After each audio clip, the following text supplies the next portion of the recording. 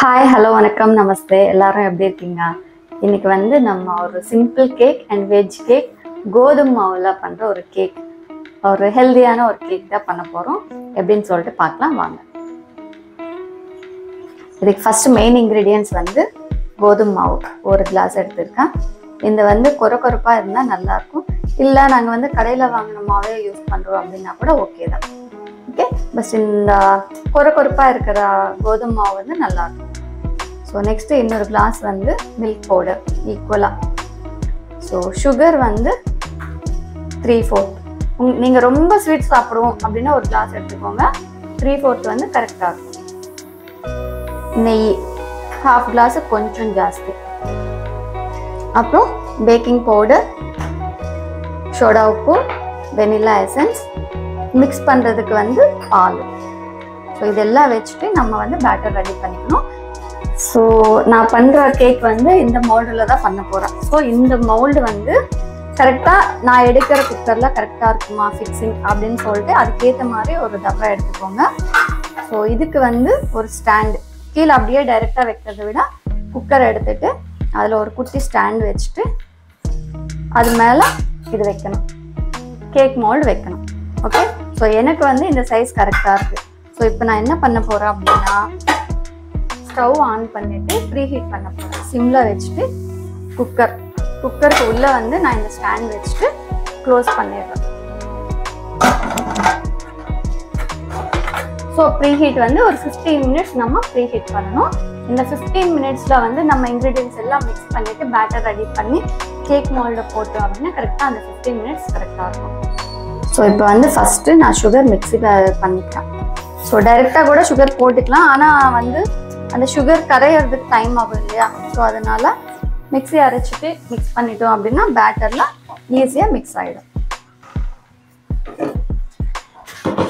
Sugar வந்து 3/4 sugar powder கிடையாது, 3/4 sugar எடுத்துட்டு அதுக்கப்புறமா மிக்ஸி அரைச்சிக்கோங்க.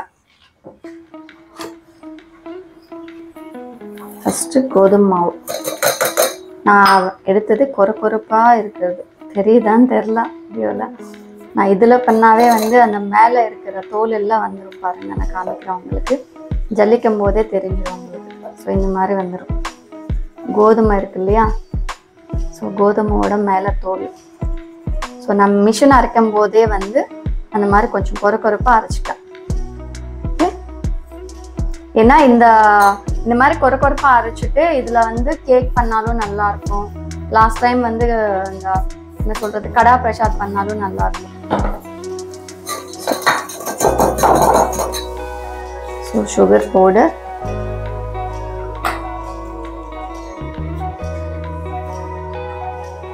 அடுத்தது மில்க் பவுடர்,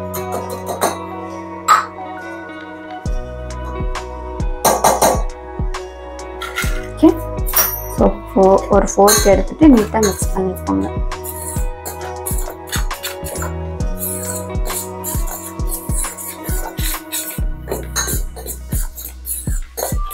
ஸோ இதில் வந்து பேக்கிங் பவுடர் அண்ட் சோடா உப்பு ரெண்டுமே போடலாம். ஸோ பேக்கிங் பவுடர் வந்து ஒரு 1/2 ஸ்பூன் எடுத்துக்கலாம். ஓகே, ஸோ இதுலேயும் வந்து லம்ஸ் இல்லாமல் பார்த்துக்கலாம். அண்ட் பேக்கிங் சோடா, நம்ம சோடா உப்புன்னு சொல்லுவோம் இல்லையா, ஒரு 1/4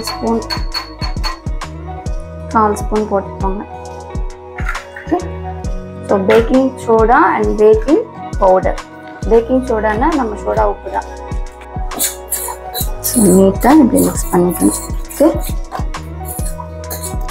ஸோ எல்லா ட்ரை இன்க்ரீடியன்ஸும் வந்து போட்டு மிக்ஸ் பண்ணிட்டோமா? ஸோ இப்போ என்ன பண்ணுவோம்னா பாலில் வந்து அந்த மேலே இருக்கிற அந்த மீகடான்னு என்ன சொல்லுவாங்கம்மா தமிழில்?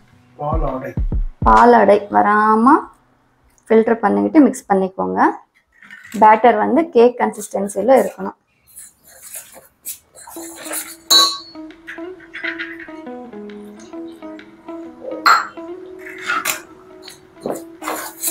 ஸோ இன்னும் பால் தேவைப்படும். நான் பால் எடுத்துகிட்டு வரேன். ஒரு கிளாஸ் தான் பண்ணேன், பட் பத்தலை. இன்னொரு 1/2 கிளாஸ் பத்தும் எனக்கு தெரிஞ்சு. ஒரு வாட்டி நீட்டாக மிக்ஸ் பண்ணிட்டோம்னா அந்த சுகர் பவுடர்லாம் மெல்ட் ஆகட்டும். அதுக்குள்ள அப்புறமா இன்னும் கொஞ்சம் பால் போட்டு மிக்ஸ் பண்ணிக்கலாம். நீட்டாக ஃபோர்க்கில் மிக்ஸ் பண்ணிக்கோங்க, அப்போ தான் நல்லாயிருக்கும். ஸோ இந்த கிளாஸ் எடுத்துகிட்டு வந்த பால். ஸோ இன்னொன்று பால் வந்து ரொம்ப சூடாக போடாதீங்க, ரூம் டெம்பரேச்சராக இருக்கணும், ரொம்ப ஜில்லுன்னு இருக்கக்கூடாது. ஓகே,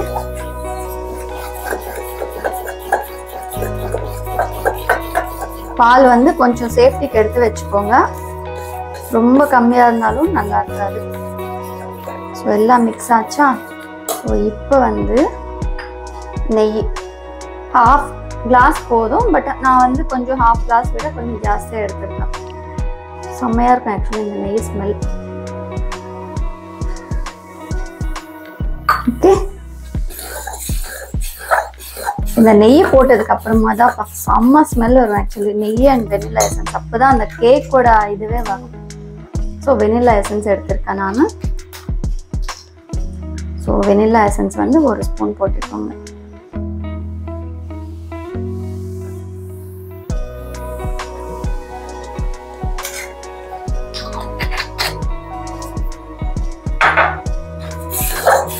நீட்டாக மிக்ஸ் பண்ணிக்கோங்க.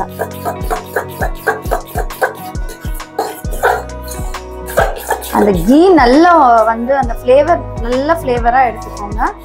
கீ அண்ட் வெனிலா எசன்ஸில் தான் அந்த ஸ்மெல் நல்லா இருக்கும்.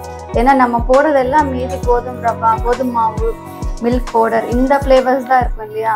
ஸோ அந்த கொஞ்சம் டெம்டிங்கான ஒரு ஃப்ளேவர் வேணும்னா கீ நல்ல ஒரு ஃப்ளேவராக இருக்கணும். அண்ட் வந்து வெனிலா எசன்ஸும் அந்த ஃப்ளேவர் நல்லாவே கொடுக்கும். ஓகே, ஸோ நீட்டாக மிக்ஸ் பண்ணிவிட்டு இந்த பேட்டர் வந்து இந்த அளவுக்கு இருக்கணும், தெரியுதா?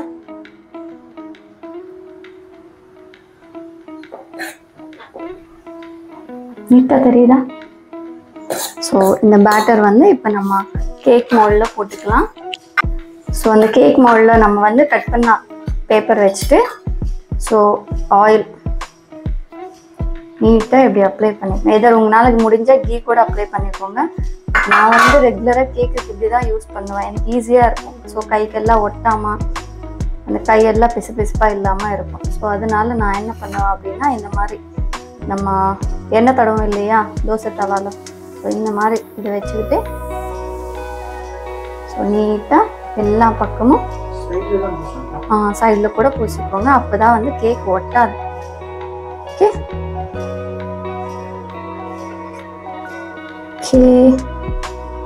ஸோ எங்குமே ட்ரையாக இல்லாமல் அப்படியே பூசிக்கோங்க. முடிஞ்சால் கீ பூசிக்கோங்க, அப்படி இல்லைன்னா ஆயில் பூசிக்கோங்க. ஸோ நீட்டாக அப்படியே போட்டிக்கோங்க.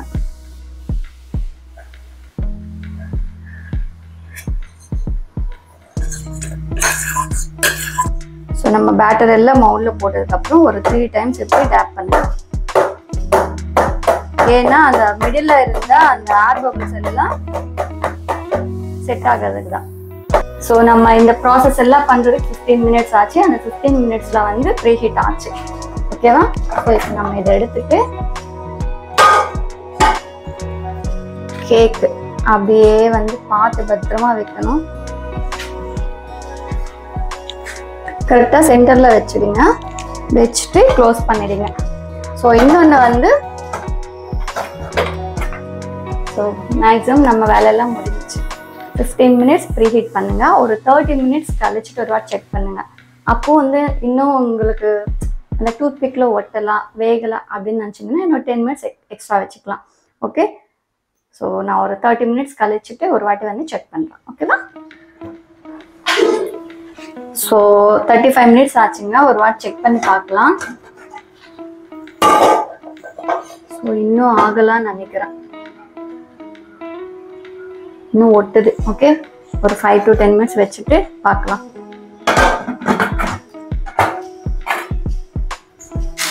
இது டன். ஒட்டலாம்.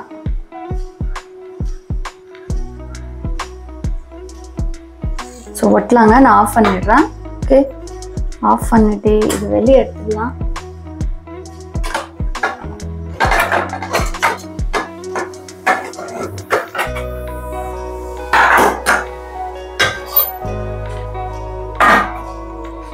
ஸோ இந்த கேக் வந்து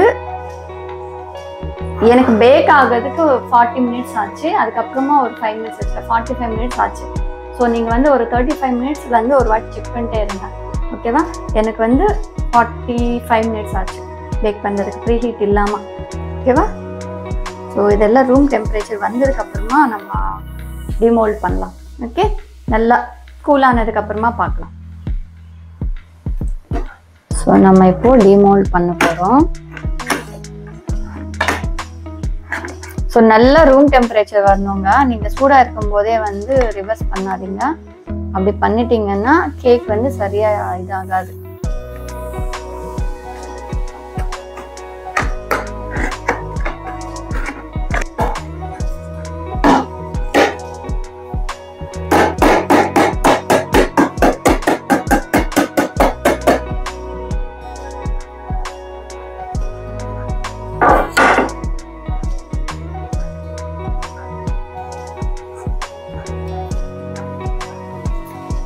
ஸோ இந்த பேப்பர் வந்து நீட்டாக பார்த்துட்டு ரிமூவ் பண்ணிக்கோங்க, எங்கேயும் ஒட்டி இருக்கக்கூடாது. ஓகேவா?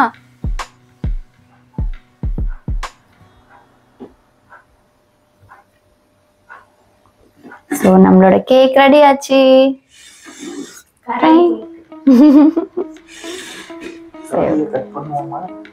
கரடி வந்து கழுத்து கட் பண்ணிடல, காது கட் பண்ணிடலாமா?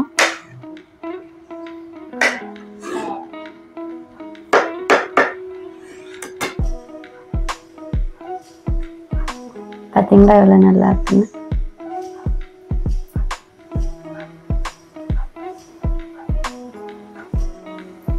ஸோ ரொம்ப நல்லா சாஃப்டாக வந்திருக்குங்க, புரியுதா? ஸோ டேஸ்ட்டும் சூப்பராக இருக்கும். மிஸ் பண்ணாமல் ட்ரை பண்ணுங்க. ஸோ இந்த சிம்பிள் ஹெல்தி கேக் ரெசிபி உங்களுக்கு பிடிச்சிருந்தா லைக் பண்ணுங்க, ஷேர் பண்ணுங்க, கமெண்ட் பண்ணுங்க, மறக்காமல் சப்ஸ்கிரைப் பண்ணுங்க. தேங்க்ஸ் ஃபார் வாட்சிங். பாய்.